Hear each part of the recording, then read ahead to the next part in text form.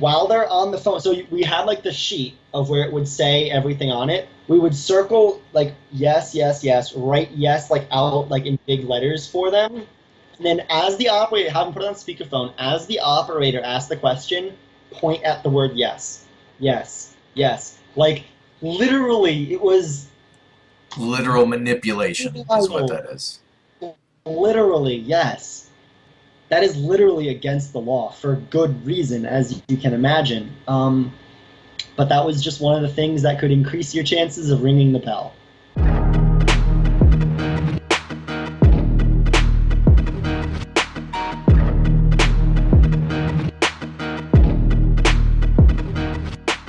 Okay, so you worked for a Cydcor affiliate out of New Jersey for 6 months, selling Star Energy, Yeah. door to door. Mm-hmm. So first, can you take us through the Star Energy campaign? Tell us a little bit about that, and then what the whole door-to-door process entailed. Cydcor seems a little different than Smart Circle in the sense that they only work with other companies. So one of them was Star Energy Partners, and so the way that works is there are certain states where it's called deregulated, where you can actually choose where your electricity comes from. And in those states, lots of companies obviously want to acquire customers. And I think out of the digging I've done, every single like Devil Corporation, um, I guess branch, like you want to say like Smart Circle or Cydcor, they all work with at least one of these companies. And yeah, it's you just basically we would go into like apartment complexes, or let me put it this way: the client says like just go into residential areas, stay out of apartment complexes. They seem a lot more ethical. And you just go door to door, and you try and get people to sign up for this energy service, this third party energy service. And the way you do that, even sticking to the exact script, the way you do that includes several lies and is super unethical. And a lot of people, especially the people who do very well, at least in the business that I saw, tend to have their own scripts, which can go from a slight modification of the one that already has a few lies to like blatantly all sorts of lies, saying things that we're specifically told not to do. And a lot of those people are, like I said, like pretty high up in Cydcor because they've done well, so they have a lot of owners do things like that. When you messaged us, and I have to say, you went into a lot of detail in your message, and it was difficult to read at times. It was actually a little sad, just all the things that you Yeah, touched on. But yeah, part of your message, you said this, quote, I would go into apartment complexes and try to get people to show me their electric bills so I could, quote, help them save money, when in reality I was always making people's bills go up. Which yeah, I've heard from several people too, who I've talked to on the energy campaigns who've done this, and they say that the bills almost always go up. They almost yeah. are never able to give somebody a good deal and make it go down. No. And going back to something you mentioned earlier, about the apartment complexes. So first, why would the client not want you to go into apartment complexes? And number two, how were you able to make people's bills go up almost all the time when you were advertising them that it was a better deal, that you were helping them save some money? Yeah, of course. So, at least in the state of New Jersey, pretty much every town soliciting in a door-to-door fashion is illegal, and sometimes I do allow you need a permit and everything. And every single apartment complex, at least that I've ever seen, if you live in one or drive past one, they all have big no soliciting signs outside. Yep. And a lot of times, like we would get the cops called on us. Like if you knock on the wrong door of somebody who's, just having a bad day or they've had a really bad experience in the past, they would literally call the police on you. Mhm. I never actually got fined for it, but my leader did a few times, and he told me that our owner would just pay the bill, would just pay the fine for him. And the only thing that really happened is you had to miss like half a day in the field to go to court. So yeah, that was normal. I have crazier stuff. What a bizarre environment. You know, you get fined. My owner pays it. You miss half a day. Why? Because I'm in court. But that's normal. Yeah. You know, what a Oh yeah. what a Like I have bizarre to go to culture. court today, but I'm still going to go ring the bell later. Like it is, and Goodness. it's you never. I guess because of the way you get like indoctrinated into it. It just doesn't occur to you until later on. You're sitting there like, wow, I really did some insane things. But yeah, so obviously Star, because they were their own independent corporation, they had their image to maintain. And obviously, if their reps were going to court all the time and breaking the law, that looks bad on them. And also, of course, apartment complexes, you're not allowed to solicit there. However, we did obviously because if the law of averages, you have to hit enough doors and talk to enough people to have people show you their bills and then actually be able to close them. So being able to hit 40 doors in a 10-minute time span, as opposed to having to like walk down sidewalks and up and down people's driveways, it's just a much more efficient way of doing it. Sure. And about people's bills going up. So I would, especially from being in the field and pulling people's bills, like I would see a lot of other third party, like people who had already signed up for third party energy. And I have to admit, Star's rate was the lowest out of all of them, but it would still go up. And like I said in the message, with the average like middle class person, if your bill goes up $40, $50, like that's not the end of the world. You might not even notice it. And one of the good things about Star was that you could cancel at any time. So if somebody did realize what had happened and they didn't want to keep saving the environment, they could just say, "All right, I want my money. I want my money back. I need to cancel this." Actually, going in, I hope I remember this later, but a lot of the other competitors would have like $200 or $300 cancellation fees, and we would intentionally try and keep people from thinking about that if we were switching them over. Now, one of the things that I know bothered you the most was you said, quote, the juicy areas, which we all know that's a big concept in this cult is juicy, juice, etc. Were always low income or just shitty Yeah. apartment buildings where a lot of people were on fixed incomes and or were receiving assistance from the utility company. Because not only were we increasing the total amount they had to pay, but signing up for a third-party supplier would cancel all of their assistance programs, so their monthly bill could easily go from like $25 to $100, which on a fixed income, I can't imagine Yeah. that happening. Of course. And that sucks, and it sucks worse because it's appalling that a Yeah. business would be okay with that, not just allowing that, but they'd be all right Yeah. with that. But what really struck me is you continued, when you brought that up to your promoting leader, that you had some concerns about that. They told you, according to you, quote, it isn't about the field. Just focus on ringing the bell. You can't be successful if you worry about if you're hurting people. And I'll read that again. You can't be successful if you worry about if you're hurting people. I mean, I think we could just end all these interviews now with that, because that's pretty much the philosophy of this entire company, it sounds like. Yeah, that's the philosophy of direct marketing. Um, but I'm curious, when you heard that, did you have a reaction to that at all, or was that just another thing that you just... So that one, yes. So I know a lot of people because I've been watching some of these. A lot of people kind of have like a moment where it dawns on them that what they're doing is like really bad. Yeah. For me, that was kind of a slow burn. Like I would realize something was bad. I'd be like, all right, but like when I'm an owner, like I'll do something different. Like when I'm an owner, I'll do a different campaign entirely. But yeah, no, and like it wasn't. So it wasn't like we weren't told to go specifically like go to like Camden, New Jersey, or go to like a really shitty place. Mm-hmm. But it was kind of just like the culture of the. I can't say the culture of our office, because our office was for the most part me, my promoting leader, and the owner. But we would network and go out to the field with guys from other offices, and a lot of the people there would like. It was just known that you'd have a higher chance of getting the most applications if you went into like a shittier apartment complex, because you were much less likely to get thrown out. They would never call the cops on you because remember what we were doing was illegal.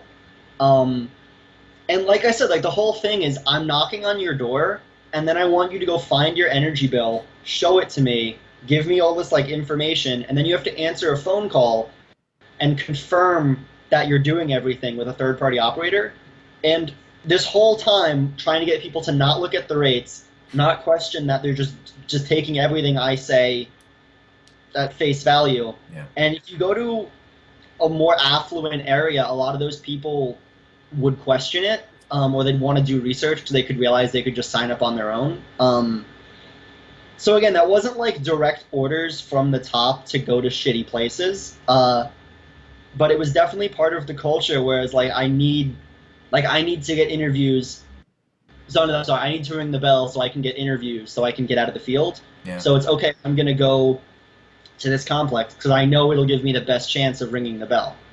Now, you also talked a little bit about the pitch, the Star Energy pitch, and you said, quote, "The pitch we got from the higher-ups at Cydcor contained several blatant lies," which you already talked about a little bit. "However, the parts about saving money were all added on in our training by our owners." So could you tell us a little bit about, first, some of the blatant lies that were in that initial pitch and then how it was modified? Yeah, of course. And keep in mind that a theme that I didn't notice until I was really thinking about this was what Star Energy partners thought we were saying to people and what we were actually doing and saying in the field. You can't tell just from this interview already, were very different things. So yeah, I can even recite the original pitch if that would help. Sure, absolutely. It's still banged into my brain. So keep in mind, this was the nationwide pitch. So if anything that I'm saying is not true about where you live, that's one of the lies. So it's, "Hey, my name is David. I'm with Star just about the electric. So this whole area has been receiving the green renewable energy." That's line number one. It hasn't been. "My job, very simple, just to check the supply portion of the bill and verify that that green energy is basically showing up on your bill." So again, it was never there. My job is not to make sure it's there. And that whole pitch kind of gives the assumption that like I'm affiliated with the power company in some way. Yeah. So that's 3 lies right there. Yeah, and that's in the literally first 2 sentences. Yeah, and that's literally like if you look at in one of your old notebooks, like the steps to a conversation, like the intro, the short story, like literally in the first chunk there's really blatant lies. Now, of course, if someone asked, "Oh, you're from the power company," you would get you can't say yes to that, obviously. But you could say, "Oh, like we work with them," or like we supply their electricity. Mm-hmm. Which if you sign up, we would, but. Right. Like at face value, there's that, and there's actually one town that we worked in that we had a lot of success in financially, where their whole town had like a year ago did like a whole town-wide ordinance where everybody could opt in to renewable energy. So that pitch there, especially like everybody would just. Like, the rate of pulling people's bills was so much higher there. Yeah. And then, of course, so if I did pull your bill and I saw that you were either getting a competitor's supply or you were just receiving the regular energy from the utility company, it was like, "Oh, okay, I see you're not receiving the renewable energy. This is actually exactly why I'm out here."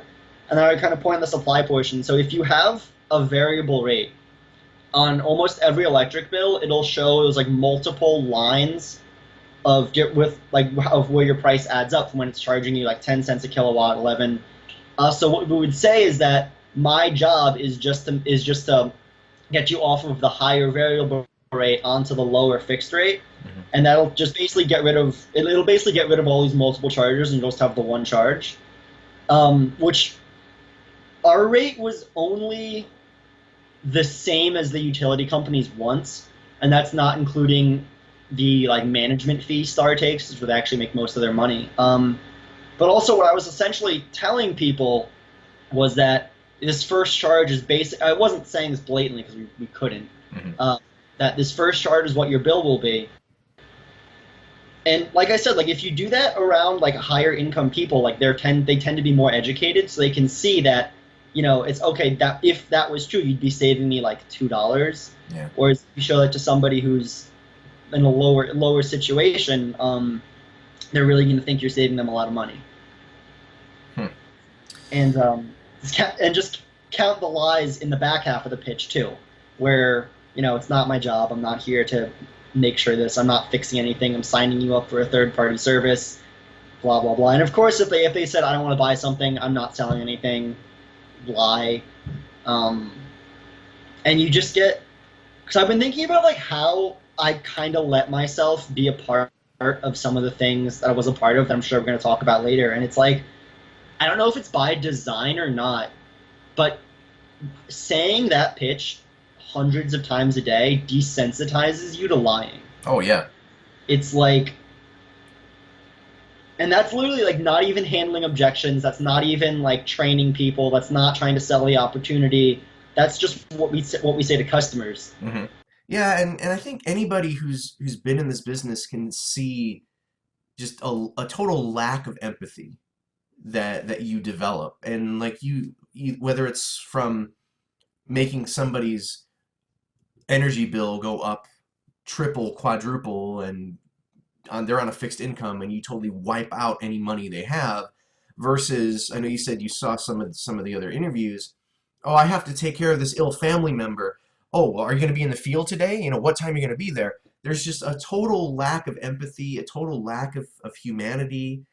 And it all starts on the first day. It's with the first system. As soon as you get there, you're beginning to be programmed, and it becomes this like robotic nature where all humanity, all empathy, all feeling is pushed aside, and you Yeah, become this systematic robot in yeah. this And business. if you really look into it, it's that lack of empathy and desensitization to lying that makes you not think twice about the revolving door to your office. It makes you not Hmm. think twice about, oh, you'll be making 60 grand a year when you're taking home like $300 on average a week. Yeah. Um, Actually, just thinking about like a lack of empathy, like, oh, you're sick, come to the field. It was, this is in my second week of working there. I had just gotten promoted to leader. And it was Saturday.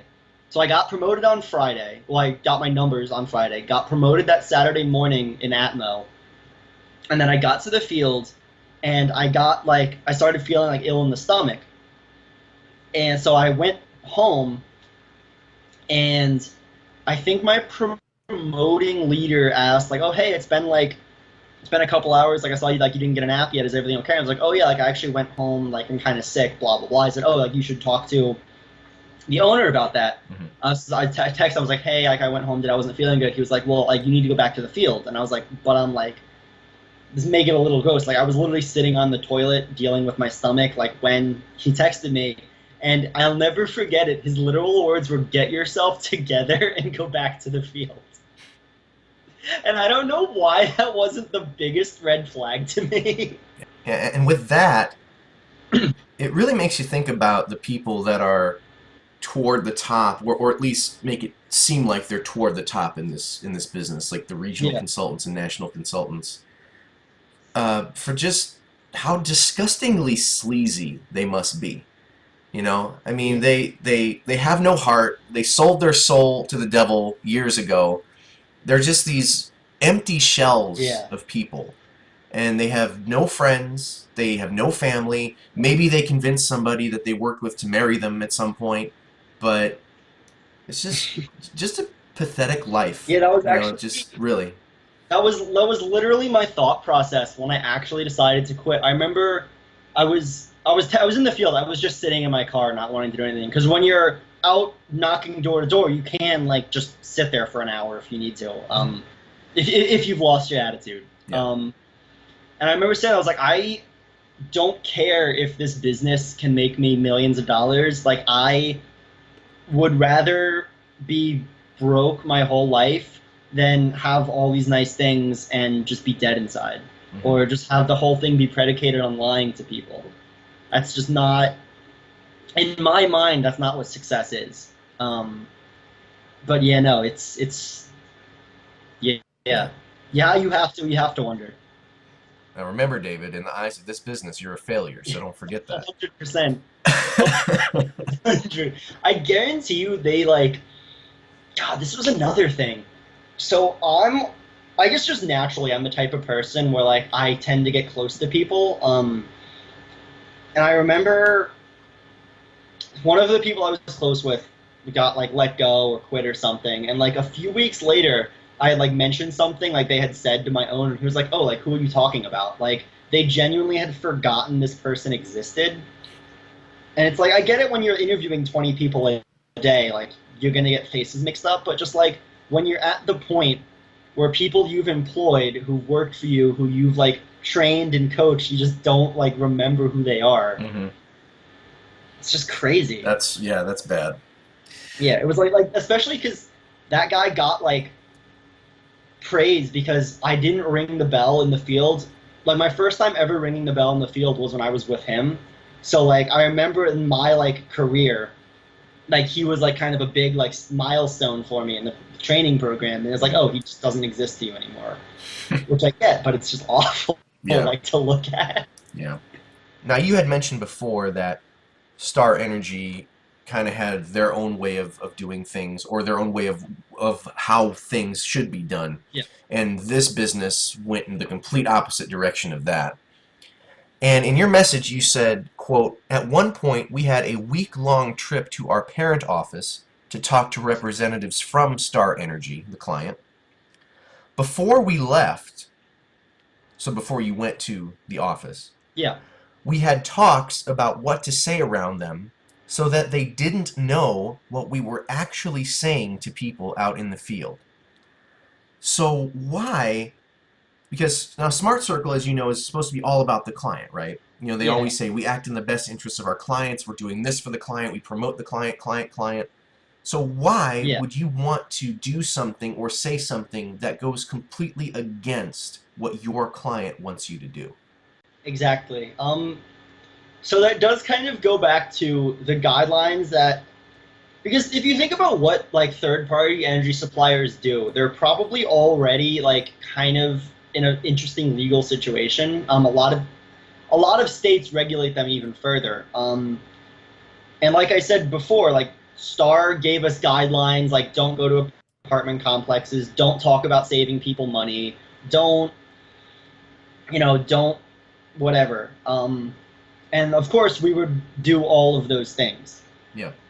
So whenever it was almost like there was an unspoken law that whenever you're around like like higher ups from the client or people like in Cydcor's like HR who like make these pitches would occasionally come and talk to us. It was don't practice your pitch, practice the like vanilla pitch. And like I said, like Star explicitly forbade us from saying it'll save you money. And of course, a lot of people's pitches would involve saving you money, getting rid of these charges. It'll save you money. They like, from Star's standpoint, their business model is we're a little more expensive, but you're helping the environment. Sure. The way that we would sell it was there's something wrong with your bill. My job is to help you fix it and save you money. So we were getting trained by the representatives, and in the parent office, of course, we'd be like avoiding all of those words like save you money, avoid the words like bring it down. And then, of course, out in the field, it was like, oh, hey, my job is just to verify you're receiving the discount. That's actually literally what my owner's pitch contained. His introduction involved the words discount, saving money, which I think is why those guys could ring the bell every single day, is just the amount of lies that they could just tell. And that makes a lot of sense, because if you're dealing with people that are on a fixed income or low income, their main concern is how are you going to bring my bill down? They're like, well, I don't care about these environmental benefits, I mean, how are you going to help me make my life easier each week, right? So that makes sense. That's actually kind of along the lines of how I like morally dealt with what I was doing at one point. I was like, yeah, I may be hurting people, but bigger picture, I'm helping the planet. Sure. It's exactly like what you said. Like at one point, whatever office had control of Philadelphia, they didn't close, but their sales started to slump.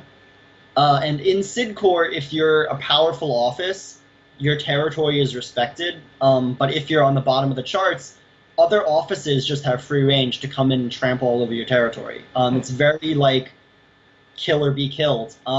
We started going into Philadelphia, and I don't know if you're familiar with like the Philadelphia region, or even like Jersey City, like not Hoboken, but like the cities in and around New Jersey tend to have really lower income areas. Mm-hmm.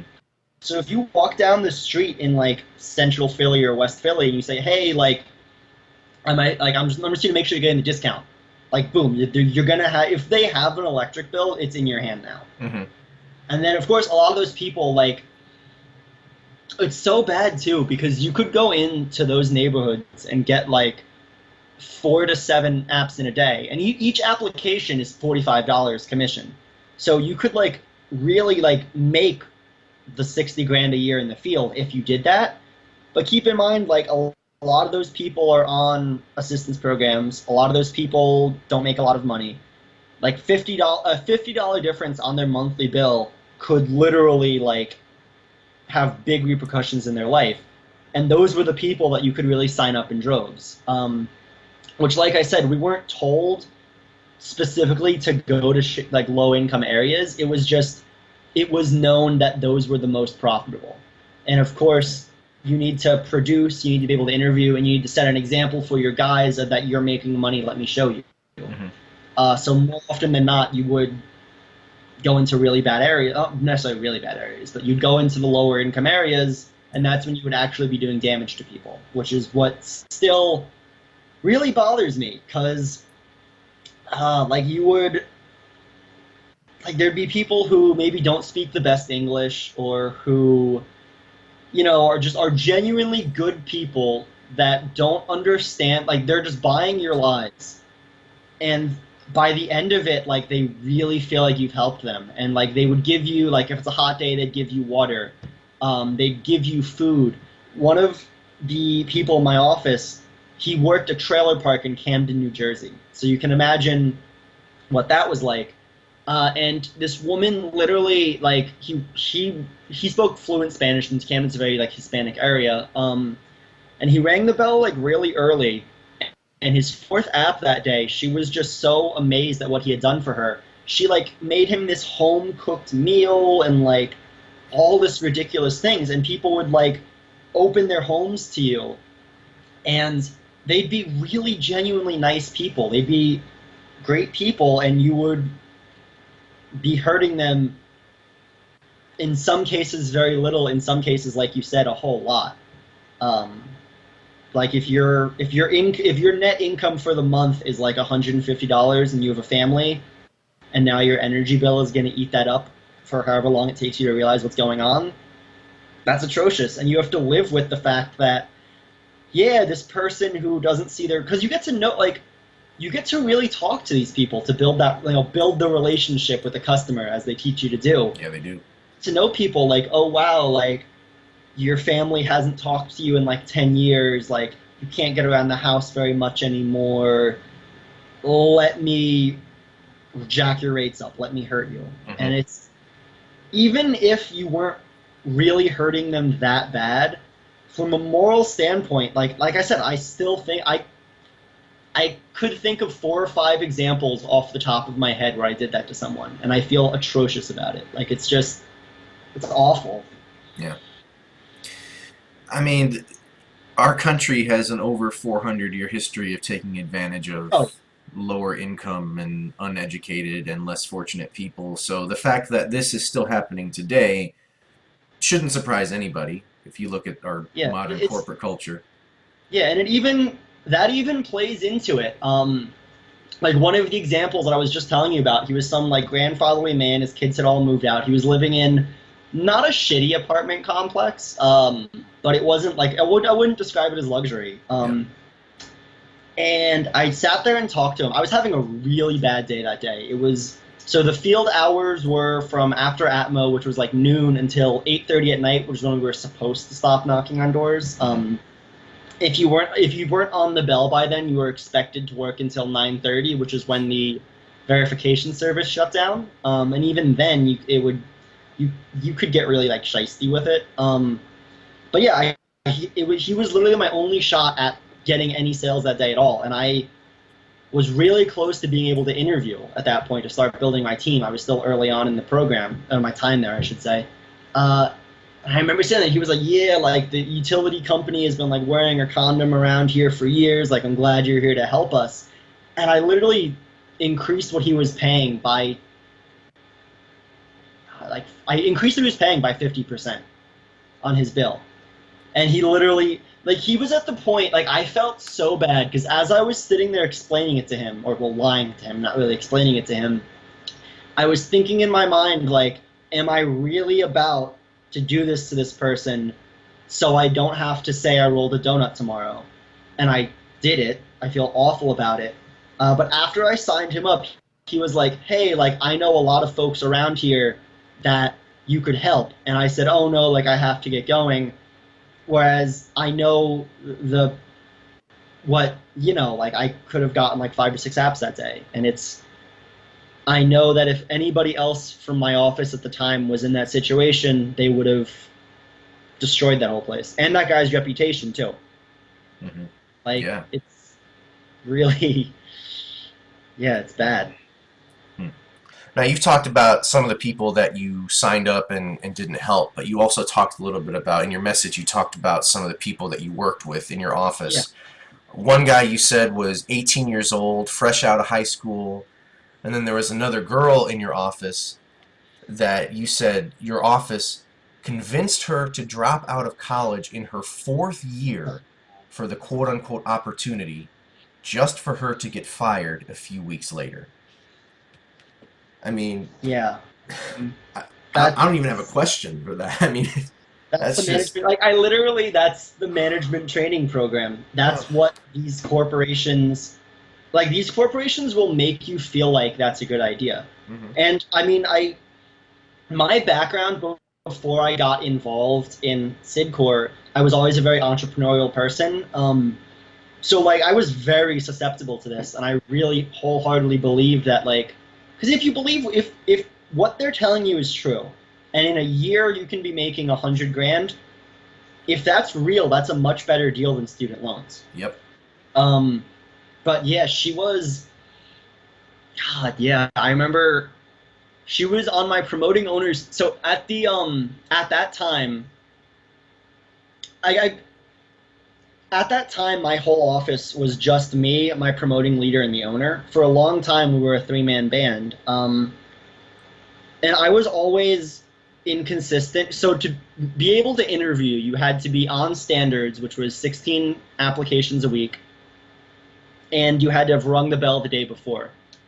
So I didn't get to interview that often because at this point I was in like the moral situations like I just talked about, where I was intentionally not signing people up and sacrificing like my money so I didn't have to live with like the feeling of doing what I was doing. So what would happen was my promoting leader would interview, and then he would train them for like their first day or two, and then I would get them and he would start training the next person that started. Just trying to throw people at the wall, seeing if anyone will stick, Hmm. referring to people as if, this question throws shit against the wall. And yeah, I got like kind of close to her. Like so every month, every couple of weeks, we would have a pre-management meeting up at the parent office, where that promoting owner, who was very successful, he was at the top of the campaign, would give us the talk, like what the opportunity is, how much money he was making, the generic like cult spiel. Hmm. She got her promoted there, which was like a big check mark for us. And yeah, this was at the end of the summer. She was getting ready to go back to school. I forget what her major was, but she wanted to go to law school afterwards. And I'm pretty sure we got her to drop out of college for the opportunity. And then I guess something happened in her life, and she needed Oh no, it was the Saturday after she got promoted because she didn't know we worked Saturdays then. So she had dropped out. Saturday after we got promoted, she had like plans to go like drive to her school and like hang out with her sorority sisters or whatever there. And she got the talking to of, oh, you can't do that. Like you need to be in the field as it goes. And I don't know exactly what happened, but for like another day or two, she would like show up, do Atmo. I guess she realized what had happened.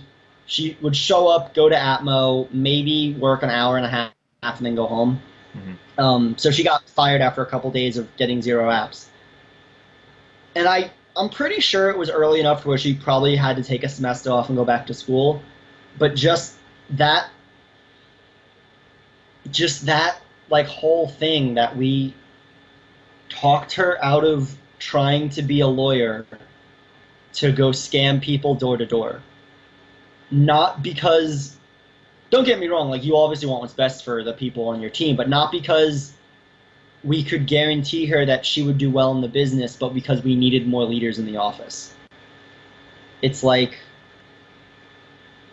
the more I think about this, and now that I'm talking about it again, like I genuinely don't know how I didn't think what I was doing was awful at the time. Like I can't even begin to imagine that. And going into the kid who was 18 years old, he was the first new start that I had got to. So he was the first person ever on my team, which was like the biggest like moment ever, whatever. And I'm still friends with this kid. Like he's actually a father now. It's good for him. But yeah, like this kid he definitely wasn't going to school. You know, he was living with his girlfriend at the time, kind of a situation. And at that point I was on like a real hot streak because I had found an apartment complex. Like I had gotten, so they don't tell you where to go. I don't know if that's because they want you to go to where it's easier to get the most sales, or if my owner was just lazy and didn't want to do it, or if it was to teach us to be like self-sufficient or something. But I managed to find like a really good apartment complex, and we were signing up. Like I was closing 6 to 7 apps a day. He was ringing the bell in his first week. Like I looked like a rock star at the time, and he got him promoted. And then we basically extinguished that apartment complex. And then I had territory lined up. So we did that in a week. I had territory lined up to go to for the next week. Went to the place. I was going to last a couple days. It was literally like, I remember this. It was like 1 in the afternoon. Second door we knocked on. Some like super awesome like young guy, all about the environment. Definitely had money, whatever. Invited us like into his apartment. And as I was like going through like the phone call he was gonna get from the company, so he had to confirm everything. Someone from the leasing office started like pounding on his door like as we were in there. And we got thrown out. That was actually pretty embarrassing. The guy was cool about it though, so good for him. But yeah, so we got thrown out of there. Apparently someone from a different, so like I said, pretty much every Devil Corp office, or every Devil Corp like, I guess chain, whatever you want to call them, works with one of these energy suppliers. And especially in the part of New Jersey we were in, like we weren't in the populated part of New Jersey. Like New Jersey's not all just a suburbia. There's actually lots of like open areas. So there weren't that many complexes around. So oftentimes you'd get to a complex that no one from Cydcor has worked in enough months for it to be okay again, to find out that somebody from like Direct Energy or Inspire was there a day before you. Which apparently that would happen like a day before we had gotten there. So the leasing officer was already like heated, like she said, "Get out! I'm calling the police!" Like as we speak. And as we were walking down the stairs of their complex, she was like calling the police to get us. That similar story happened like that pretty much that whole week for us. So neither one of us were making any money. Like I said, he's a great guy and he's very mature for his age. But at 18 years old, especially in this kind of environment where every failure is your fault, it was my fault that he was doing bad, but he was being told it was his fault. The whole thing. Yeah. So we were both under a lot of pressure. We weren't having a good time. We weren't making any money. So we were going to like Dunkin' Donuts and getting like the $2 like breakfast deals for lunch. Like it was bad. Um, so the one day I was like, all right, screw it. Like we're gonna drive like 2 hours down the Jersey Shore to these like bushwhack complexes. Like we're just gonna get it done. Um, and we got a few apps there. And I remember we were literally at this one complex. They had a security guard there who he told us to leave. We went to my car, sat there for 10 minutes, got back out, and just picked up again. And we were, so at this point, instead of splitting up and going solo, we would just alternate, like, who gets to knock on what door, so we had less chance of getting caught. Mm-hmm. And when one of us was knocking, the other person would be the lookout to look for the security guard who was patrolling around looking for us, because he knew we were still there. Like, it was just such a ridiculous situation to be in. Whereas, like, we're, you know, the opportunity and these, like, put-together business professionals, and we're running from the police and the security guard in a bushwhack complex trying to sign people up by lying to them. Jeez. And so he was, and still is, I haven't talked to him a little bit, I'm assuming he's very much in love with his girlfriend. And he would, like, bring her to team night, like, it was great.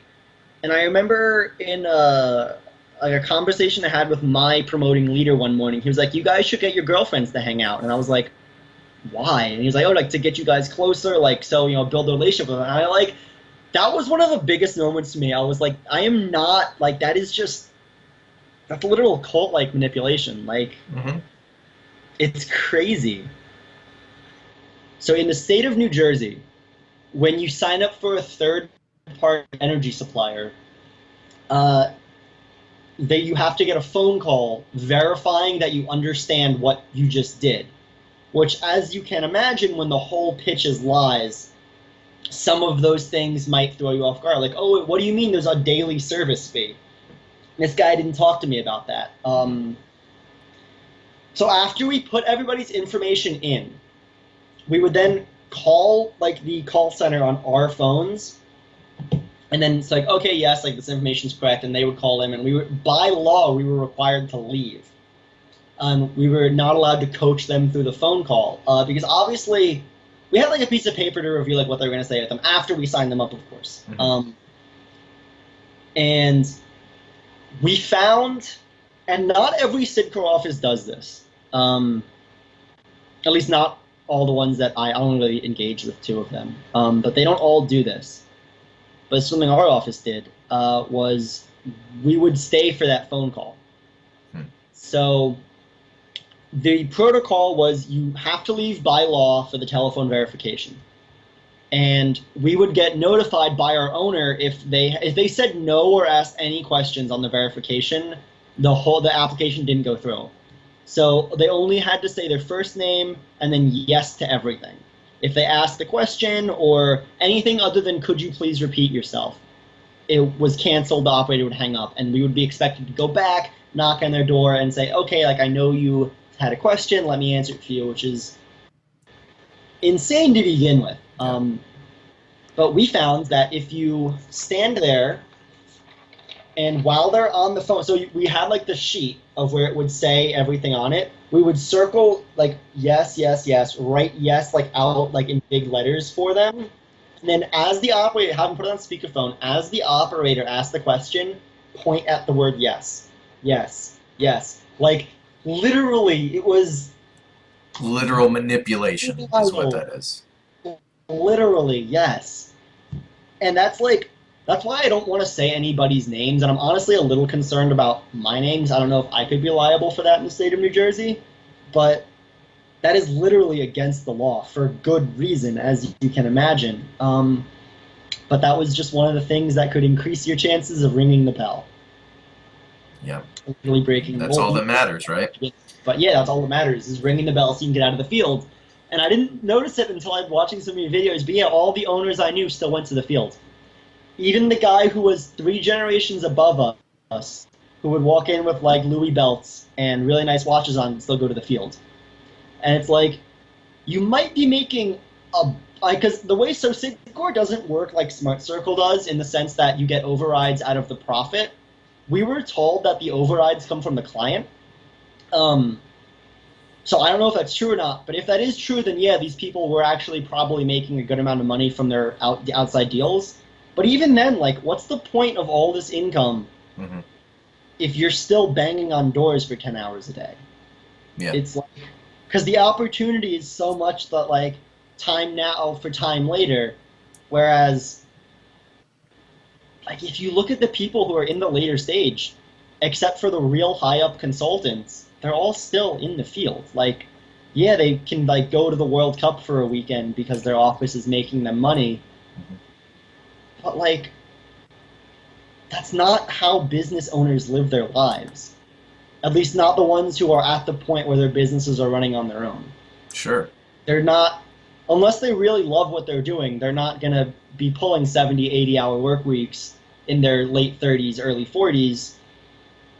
Like, I can't imagine anybody likes knocking on doors. Like, Mm-hmm. and I guess, yeah, like, if anybody who's in the business is watching this, yeah, like, really look at, like, try and think critically of what you're seeing around you. Because when you really start to question it, the whole thing starts to fall apart. Like, why is this event called the Millionaires Ball? Like, why do we put on these ridiculous suits just to take them off when we're in the field? Like, like, how can you think it's okay that trigger warning if somebody says, "Hey guys," you just belt out, "Hey what?" Like, sane people, Conditioning. yes, Automatic conditioning. sane people do not do that. Like, how do you? It's just because, like, yeah, we could go into, like, the interview process and manipulating people on our team, but, like, you've already talked about all of that. Like, Mm-hmm. it's just, Yeah.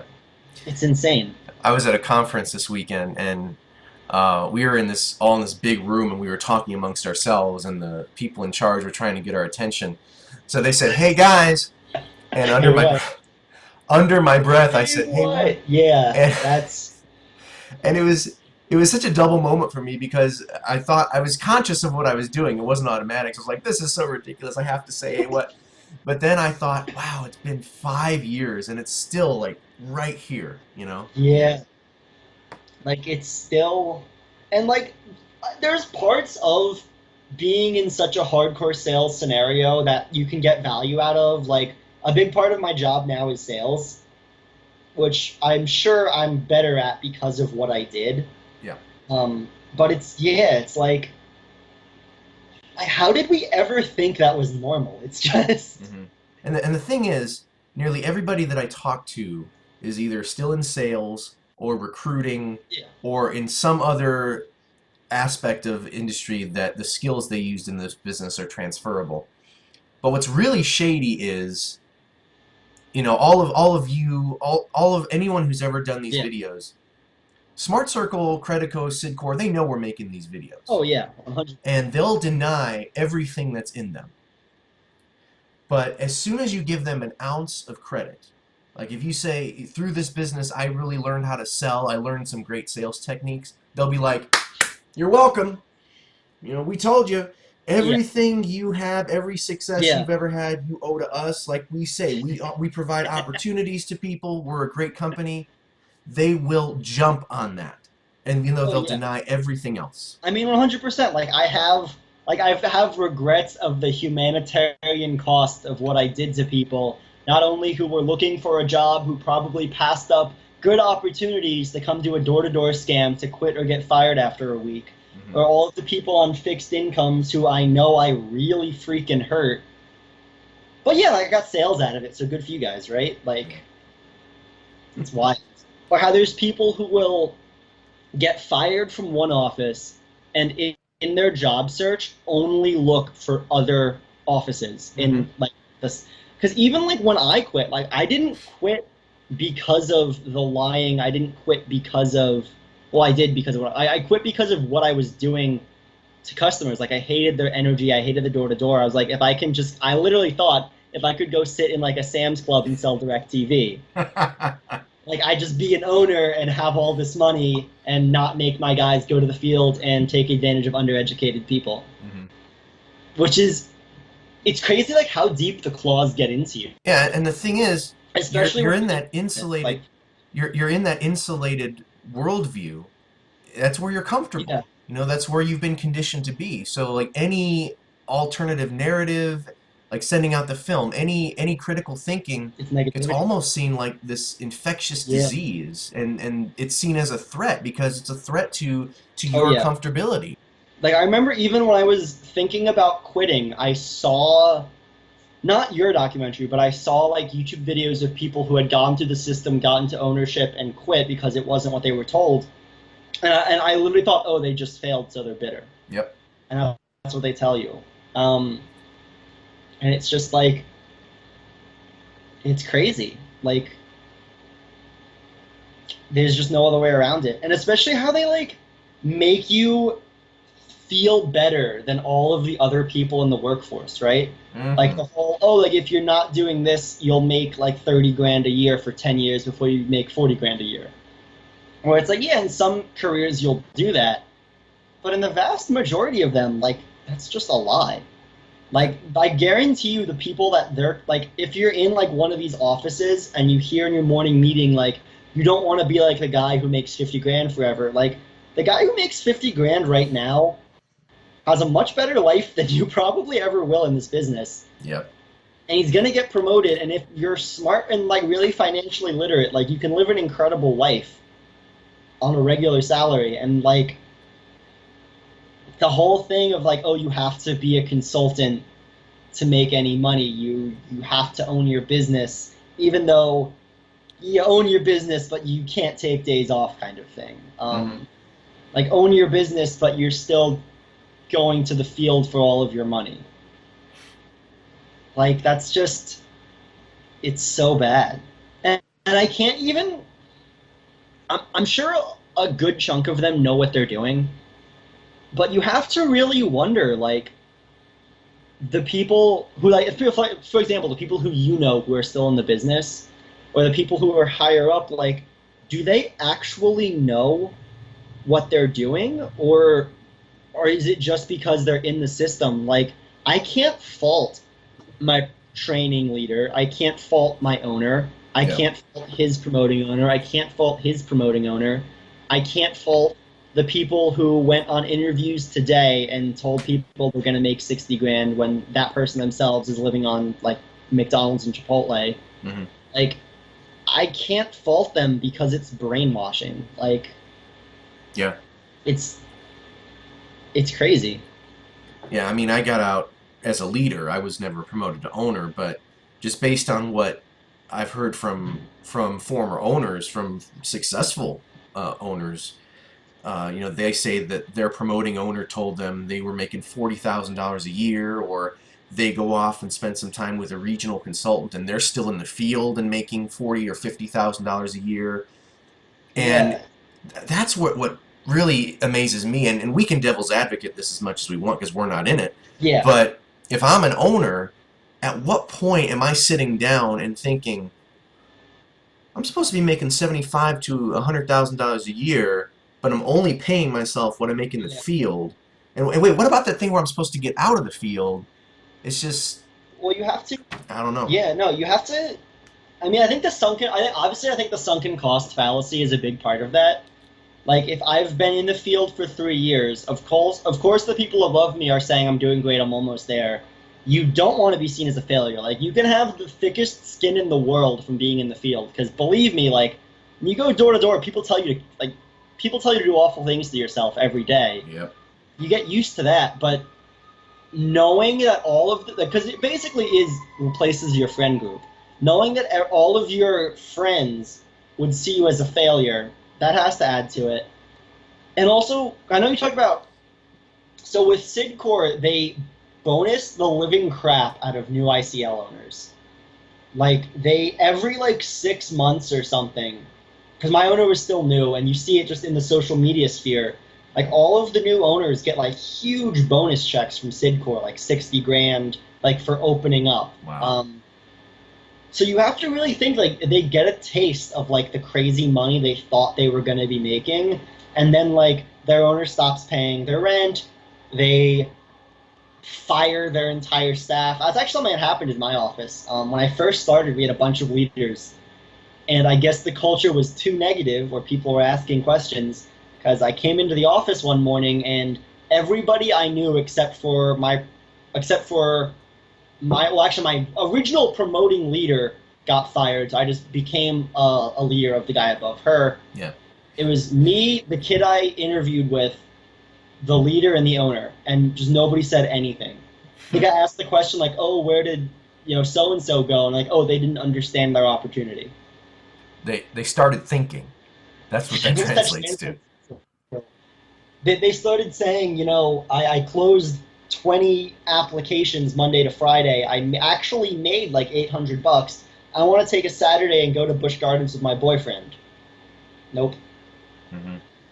Even the people who I made friends with in my office before they got mass fired, I still hang out with them. And it's like, if we get to talking, I mean, we still kind of make jokes like, could you believe we used to like go into these complexes? But it's like, when we get talking about it, like, we all seriously regret what we said to people. Like, the sooner you get out, like, yeah, like, I as much closure as I'm gonna get knowing what I did to people, but the sooner you get out of the business, the quote-unquote business, as soon as you get out of your job they're calling a business, the fewer of those regrets you're gonna have. Because, like, I couldn't imagine what it must feel like to promote an outside deal, make them pick up their entire lives, leave their family, go live in some, like, cheap apartment in, like, Tucson, Arizona, for them to be out of the business a year and a half later. Like, I can't imagine what that regret is really like. Because, like, worst case, I ruined someone's life for, like, 3 to 4 months, or I made somebody pass up a good job opportunity and they had to keep hunting for, like, another month. Mm-hmm. But I couldn't imagine, like, living with really wrecking someone's entire life. Like, some of the stories I've heard are just, like, just get out is, like, all I can say. It's a cult, literally.